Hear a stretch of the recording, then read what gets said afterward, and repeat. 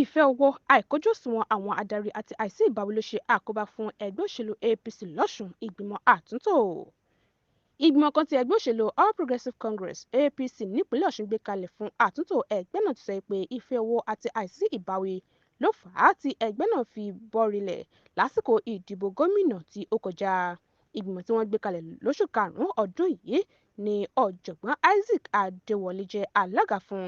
Àwọn mẹ́rìndínlógún ni wọ́n ń ṣiṣẹ́ níbẹ̀.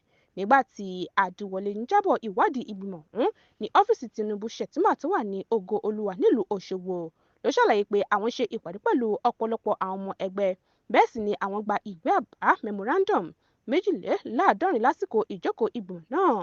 Ó ní lára àwọn nǹkan tí ó tún ṣe àkóbá fún ẹgbẹ́ ọ̀hún lọ́sùn ní àìkojú òṣùwọ̀n àwọn adarí kan, àìsan owó àwọn òṣìṣẹ́fẹ̀yìntì, fífi agbára yan olùdíje lé àwọn ọmọ ẹgbẹ́ lórí àti fífi ọwọ́ tí kò dára mú àwọn ètò ẹgbẹ́.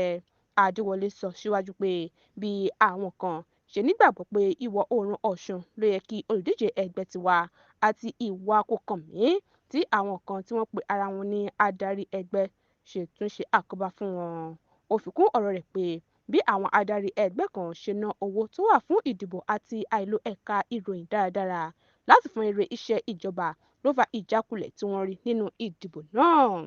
Lákòótán, ìgbìmọ̀ ọ̀hún sọ pé kí àwọn adarí ẹgbẹ́ ṣe ìwádìí ìwà àgàbàgebè tí àwọn ọmọ ẹgbẹ́ kan hù ṣáájú ìdìbò gómìnà oṣù keje ọdún 2022, eléyìí tí ó yọrí sí bí wọ́n ṣe fi ìdí rẹmi, kí wọ́n sì gbé ìgbésẹ̀ tó bá tọ́ lé lórí.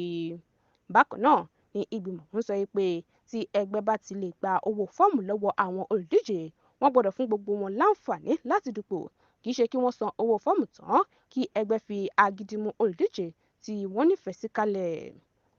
Lára àwọn tí wọ́n wà níbi ètò náà ni gómìnà náà nípínlẹ̀ Ọ̀ṣun tí ó ti di mínísítà fún ìmúgbòòrò okòwò orí omi báyìí, Alhaji Gbóyèga Oyètọ́lá, sẹ́nitọ́ Iyọlá Omíṣore, dókítà Akin Ògúnbíyì, alàgbà Ṣọlá Akínwùmí, ìyáàfin Títíláòyè Pọ́nlé, ọ̀nàrẹ́bù Timothy Owóẹ̀yẹ, Alhaji Bọ́lá Oyèbánjí, ọ̀nàrẹ́bù Ajíbọ́lá Fámúrewá àti bẹ́ẹ̀ bẹ́ẹ̀ lọ.